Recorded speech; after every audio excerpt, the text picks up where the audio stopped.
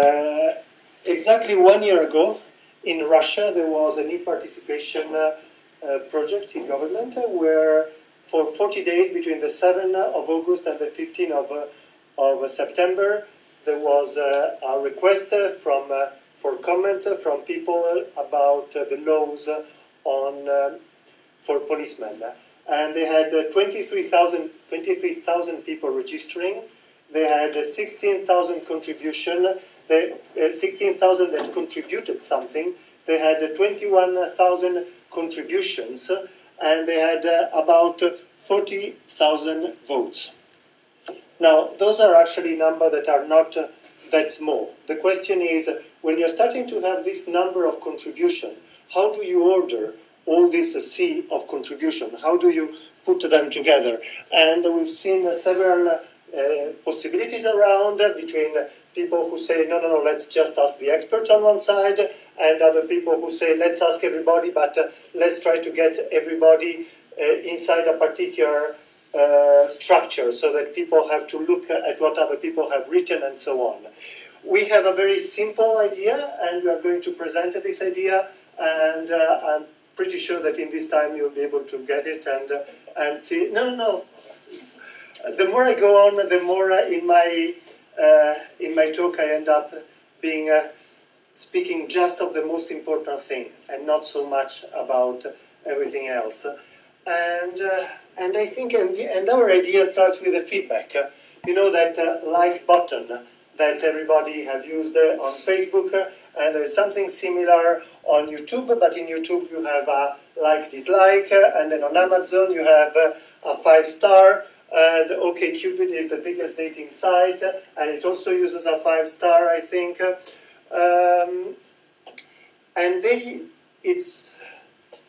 All those tools give a lot of information to the website, even more information than they realize themselves. For example, this is when you take Amazon and you see how people have voted for the various books, you actually start to see some sort of structure, what is called the spectrum. And here I have over here 5 spectrum from 5 books and 5 books over here. And I'll ask you if it's possible to find out which one is which. So, for example, we have Harry Potter and the Philosopher's Stone over here. Then we have this one, then Electronic Government Proceeding, then The Adventure of Tom Sawyer, then The Nazar Conspiracy, and then a copy of the Bible. So here we have an Amazon of only 1 voted 5-star. And which one do you think that would be? Proceedings. The Proceedings. And here we have another 685 votes, 5-star, then 4-star, 76, and so on. Which one would this be? Harry Potter. Harry Potter. Very, very good. And here we have 5-star 5 and 1-star 5. So here there is a very polarized view. Which one will this be? NASA Conspiracies. You're not missing one so far. And this is a 5-star 10 points, 4-star 7 points, a 3-star 2 points, and 1-star 3 points. And that's the Bible, maybe. And the other one, and 5-star 224 points, is then The Adventure of Tom Sawyer. I don't remember which one is one of those two, so let's try. And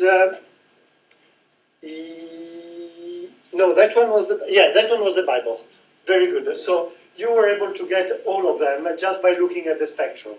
So there's a lot of information in those spectrum. But what is exactly that we are measuring when we ask people for feedback? So we are asking for the popularity, of course, how much people like things and how much do they agree with them, and also how well has it been explained, especially for YouTube videos. But then those things tend to be mixed up. So when someone votes a +1, you don't know if it's because they like it or they think it has been done well, or maybe a little bit of both. And there's a lot of studies about what actually mean when things polarizes or don't polarize, and so on. So in CERT, it's a big mess, and it's user-friendly for the people to use it, but it's hard to evaluate from the other point of view. And by the way, the slides are online, so you don't need to take a picture. And so what about if we instead add a dimension? So what if we ask people to rate things from two different points of view at the same time? We ask for the quality and for the agreement. How good is that? How good is that piece of work? And then how much do they agree with that? And so this creates four quadrants. There are things that are nice and are ugly, and things that I agree and disagree. So we have nice and I agree, nice but I disagree, ugly and I disagree, and ugly but I agree. But actually those two measures are not completely independent because, well, the quality over here is objective, but it's kind of difficult for people to measure in an objective way things. So what if we transform the quality in a subjective way? So instead of having nice and ugly or whatever you want to put it, what if we have understandability? So how easy was it for you to understand that particular piece of information? And the more you can understand it, the more you can agree or disagree with that. And the basic point is he who cannot understand something cannot judge it. So if you do not understand something at all, it's another language probably. You haven't understood nothing, right? And so you cannot agree or disagree with that.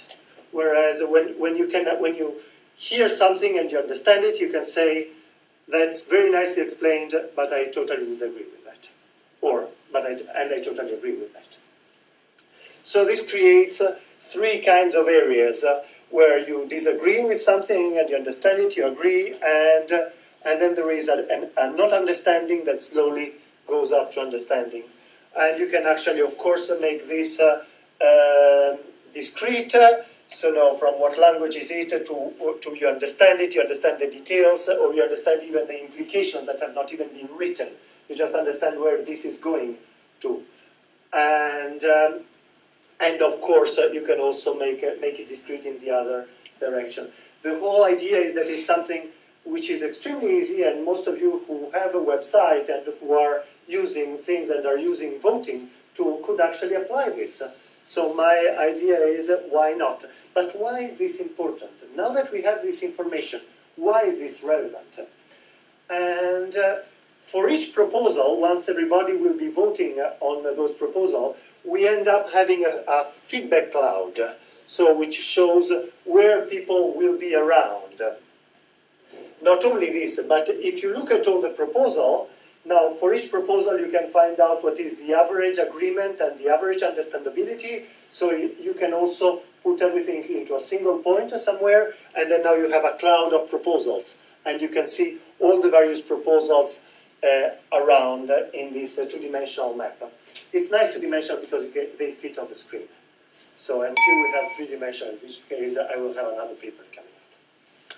Now, let's deduce a few things coming out of this. So if we know all this, we find also another few information that are important. We find out which authors are able to write something and be understandable. So we find out who is a good writer. Okay, let's put this information aside. We also find out what proposals are not well written, because people, on average, do not understand them, which means that we find out what proposal we want to have rewritten. And also, and this is another point, if we have people that support a different proposal, and now we have differentiated between understandability and likeness, we can actually find out when people support two different proposals and when many people support two different proposals. So when two proposals have many people in common. This is something similar to how Amazon rates when a lot of people have bought the same books. Customer who bought this book also bought this other book. Customer who bought electronic proceeding of e-government also bought proceeding of e-participation, or something like that. So this brings us to one point. instead of only asking few people to rate those things, why don't we take those C and we cluster this C by looking at when people are supporting different proposals at the same time. This has been done by Amazon. There's a lot of work that is being done over there. Just look at movies, Netflix, I think it's called, or something like that. There are a lot of tools around there that says if you like this, then you probably will like all those others. I am not coming up with nothing. Just let's apply this theory over here, and then this C, which is 23,000 suggestions. By the way, in that situation, in the one in Russia, after the first few thousand, people were not reading each other anymore, and there was a moderator from above because nobody could actually look at all those proposals. So someone had to be paid to do this work. But if people can actually start to see the clusters, they immediately can start to see what has already been suggested. But that's not all, because if we have clustered those proposals, now for each cluster we can find out what are the proposals that have higher understandability. And then those proposals represent the cluster. So we can find out something that we take as the flag of the proposal, of the cluster of the proposal. So people now can start to get a bird's eye view of the whole situation. If we know which proposals were written, we know which proposal needs rewriting. Let's look into this. Let's suppose that this is a proposal. It will be somewhere over here, kind of very badly, very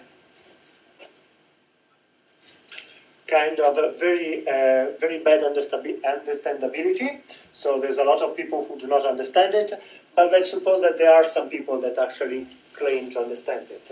So we take one of these person and say, can you please rewrite it? And after he has rewritten it, we send it back to the author and say, is this the same one that you have voted before? And if they both agree that is the same one, is this the same one that you have written before? And if they both agree, now we can send it to all the people before who did not understand it and say, maybe you prefer this other version. Maybe now you can take a more definite position about it. And so before they were maybe, oh, I don't understand, I don't know, and now, oh, now I understand it, and really I do not like it at all. Or now I like it. And so the question is, how much do will people like the fact of the suggestion to rewrite proposals?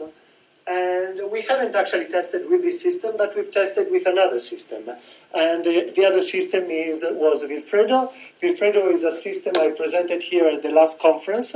And essentially it was a cyclic system where people would ask a question, propose answers, vote on each other answer. There was then a filter with a little bit of mathematical magic. And then some of those answers were inherited to the next proposal, to the next generation, and it would continue until the filter would only let one proposal pass through. You can look at the paper from last year. Now, the interesting thing is that when you had this was a genetic algorithm essentially. So when people were actually receiving all the proposals from the past generation, they were asked, can you please write a new proposal? Can you please put them together? And this was like being in front of the sea. There was a lot of possibilities that people could do.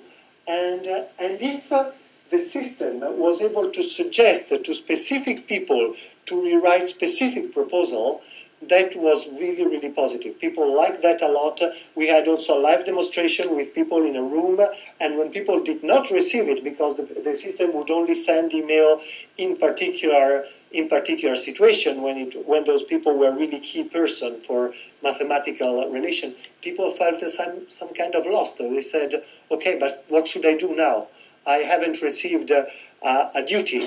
And so in a sense, people... they are open to do everything, but if a system can tell them what to do, that's normally very good. And also the same rewriting thing can be used inside a cluster. if you have different people that are supporting the same proposal, you can ask those people, someone that like two proposals that are in the same cluster, and we can ask them, can you please join those two proposals together, write a single proposal that joins them, and then we see if the people of the cluster like it.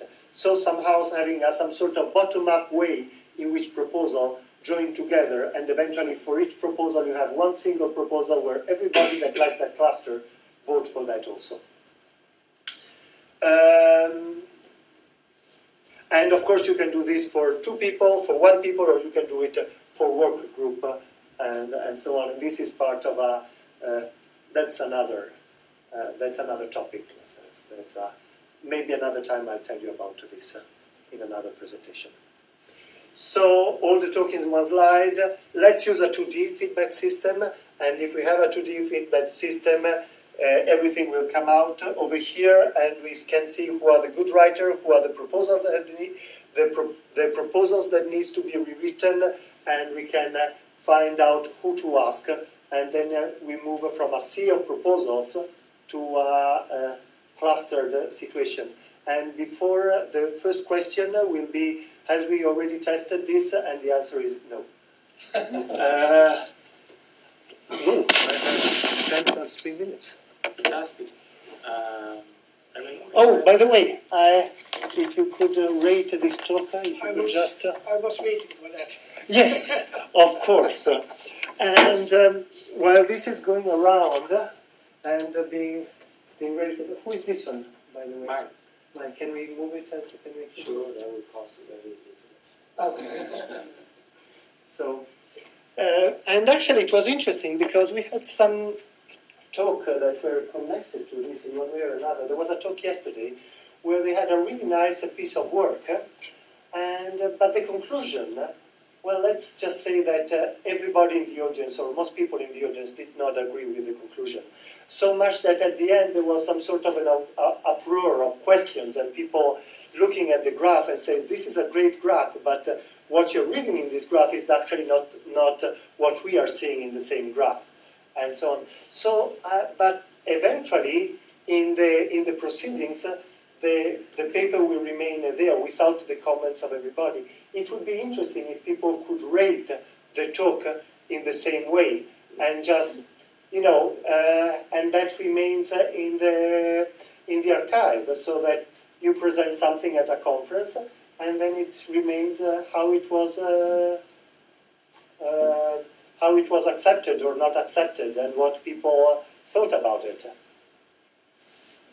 Yes, thank you very much. And while the rating goes around, I look forward to having your questions and comments. And please introduce yourself so we get to know each other as well before your questions. Yes? Sarah Erickson, Making Institute of Technology in Sweden. You seem to be implying a moderator or something. Who's the moderator? I am not implying any moderator. How would you get people to rewrite something? The website will do it. The website? Yes. Oh. Oh, just by looking which proposals, let's go back. It's fairly easy. It's,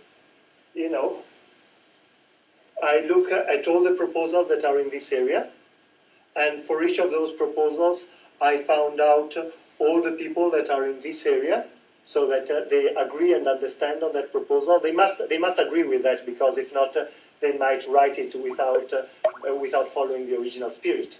So I look at all the people that are over there, and I look for each of those how much were the proposals they have written before being accepted, being understood. So I know each of them how much of a good writer that is. And then I just go from the most good writer and ask him, could you please rewrite this proposal, and so on. So anybody would ask anybody? It's the system. No, it's the system sending an email. In Vilfredo, it's not me sending an email. In the other system, for example, it's not me, it's the system automatically that sends email. So that's why the title of the talk is automatic. What is the title of the talk? Well, that's why the title of the talk, which you can find out. Yes, we have one, two, three. Yes. Okay. Lorenz, also from Coimbra, but not working on this project. I wonder if I understand, if I look at something, I understood it, so I think it's clear, and I'm assigned to rewrite it. I will look to it and I say, it's clear for me. What can I do to improve it if, on my opinion, it's clear enough? So perhaps the better strategy would be to try to put someone who doesn't understand it to rewrite it, to invest some more time to try to understand it. Perhaps. You're telling me that a PhD supervisor who's been given a PhD from one of his students and that other people cannot understand him, but because he's very much in the field, he can understand it, he cannot rewrite that material? I mean, people are very good, a person who is really good in writing, because we're speaking about people who are really good in writing, they can look at something and say, yes, I can see what has been written, but I can see that it has not well been explained, but I can understand it. So, I mean, there's no other option. You cannot ask someone who does not understand it, that's for sure. And you cannot ask the author because he has already done his best effort. So you must ask someone who is... How do you know that they really understood it? That's a very good question. That's a very, very good question. And at the moment you don't know, and we are working on that. And one of the way to ensure that the way in which it was rewritten is the fact of sending it back to the authors. But for example, another one was when you have two proposals that supposedly are saying the same thing, can you have other people rating it and say, do they actually say the same thing? Or having in general, having different proposals and asking to people, what is the relation between those two proposals? Does one imply the other? Do they both imply each other so that they are equivalent? Or does some part of one is included in the other but not the others? And so on. That's a topic for research. That's a really good. For the moment, we are assuring that they really understood it by the fact that their version is approved by the original author. But of course, the original author might say, no, either my version or nothing, in which case it might not go. But then the idea will not go on. Yes, and then you can, just a bit of point of clarification. So you have, say, the numbers you gave at the beginning, how many thousands? When you say proposal, are you talking about user proposals, like, so of the 23,000 responses or whatever it was, each of those gave an alternative proposal? Is that what you're saying? Oh, okay. So there was a lot of redundancy. Right. Okay. Well, besides the redundancy, I might imagine you don't get consistent responses because who reads 23,000 things, right? So I imagine for some of them, you're going to get maybe, 100 votes for attitudes, and some you get one, right? How are you going to decide a clustering when actually the responses for each thing are so varied? So you're not clustering similar things in a way. You're clustering one thing that has 100 responses along with things that have more responses. That just okay. So this is a very open to debate point, and me and my co-author, we have different position. The co-author position, Cyril, has a position that when you write something, you have to evaluate at least a certain number. You receive them by email in a way like a peer-reviewed system, and you're only allowed to write a new proposal if you're keeping the balance of how many you're rating respect to the one that you're rating of a certain amount. Mine is that when you go to the website, you're presented, you're asked to rate some of them, and you're asked to rate not in all those. If you look at the user voice, if you look at all those websites where people can propose things and then they can evaluate them, they are always listed either by novelty on one side or by popularity, and those are especially the popularity is really bad because it makes people keep on voting on the same stuff. Instead, what you want to have it is inverse number of votes. So those are the ones that have never been rated. Please rate them. And you start to rate them. and you're always seeing the bottom of the barrel from this point of view. And people will rate 4 or 5. And then on the side of this, you have a clustered view, a bird's eye view, where you can see the various elements. There's a big topic in all this, which is what I call the fairness in e-participation. That is, how do you ensure that someone that writes a proposal has the same chances of being read independently of the size of his social circle and independently of when he has written this proposal. Very often when someone writes a proposal earlier, he has a greater possibility to be read, and then it enters into the top proposals, and then it never gets out of there, and so on. Whereas I want to have something where it is, you can mathematically prove that everybody has had exactly the same chances. And I want that to be done in the same way in which we do it for statistics, where when we take polls. So we don't just ask questions. The way the questions are asked, who we ask, is very, very precise. Well, all those things done by the website can be automatized, but following some rules. So I want to know what you think about this proposal. So I asked Ben to tell me about Neil. Sorry. Ben's fine. Oh, is Ben the Neil is my first name, but Ben is fine. Okay, I asked Ben to tell me what does he think of this one, because for some reason I needed to know this one in particular, and B, you are in some particular cluster, and I want to know if you like it or not, because you might actually be the key with respect to this proposal being inside or not to a cluster. So going and asking specific people specific question again. Maybe I jump in here because it's on the same topic. It's maybe me that haven't understood, but I haven't understood really the link between this participation forum in Russia and your research. Is it like it's the that's case? just an example. It's an example. It's just an example of how you can receive thousands of proposals. When you are lucky, when the gods of the participation smile at you, you end up having thousands of. It's not like you saved all this and you intend to No, use this to validate. No, we have a proposal that we presented at the FET Open for Europe about producing using this system, using this kind of tool and other tool, something that can get at a national level answer to open questions. That's the point I missed. I thought it was like a starting point of your... It was just an example to show that e-participation can get these kind of numbers. It's a normal role of a moderator in a forum, and accepted role of a moderator in a forum, that the moderator cares for clustering and the moderator cares for looking at the rules that they are, that they are played correctly. So what I want to say is the role of the moderator is, in my point of view, essential and well accepted, and he could do a lot of these clustering. Or maybe not. You say that is well accepted, but we've seen a talk before that shows that one of the reasons why people do not participate in politics is for distrust for politicians. And we've seen some other work. Don't match politicians and moderators.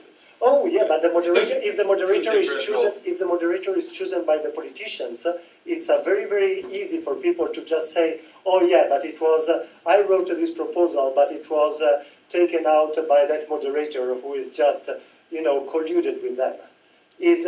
You want to have something that is self-moderating according to rules that are transparent and that everybody that wants, that can understand or that wants to put the attention into it can attend. If you do it top down, you will find people that distrust it, and then you will find people that do not participate, and then you will find the same sort of people protesting.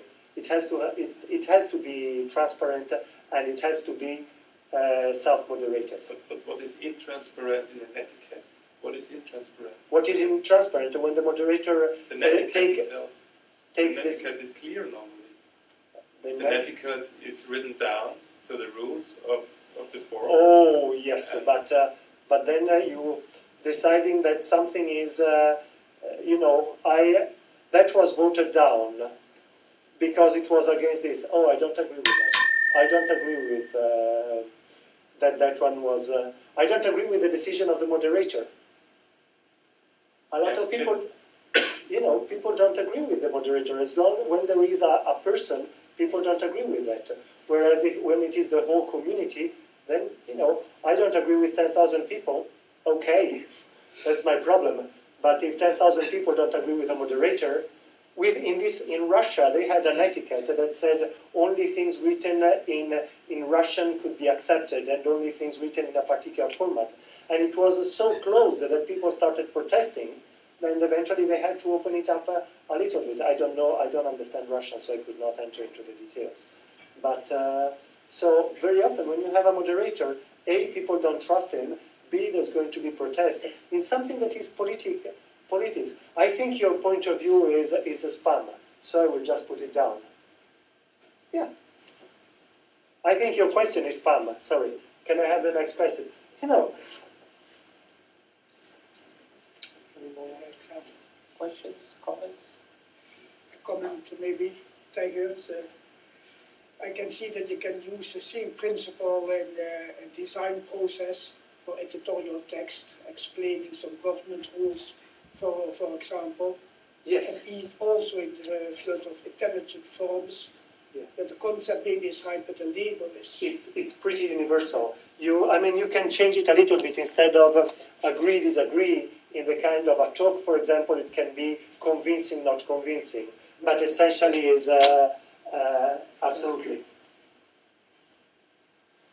Yes? What is this bomb that keep on ticking around here? No, it's. Oh, okay. No, there's a bomb ticking somewhere. No, I thought that was the bomb. But I think we have 1 more minute. Maybe you want to comment on this, or is this? Oh, I got the. Do you agree or disagree? In my own, of course I agree, but yes. So there was the big crowd is on understanding and pretty much on agreeing. There was 3 people, one people who did not understand it very much and were also unconvinced. Another people that was not understanding it very much, but the part that he did understood, he did not like that. I don't understand it, and what I understand it, I really don't like it. And another people who understood it a lot, but disagreed pretty much at the same level. Everybody else was between not being really convinced to like it, and only one person, who was not me, thought that it was a great talk. So whoever you are, thank you very, very much for the support. I appreciate that.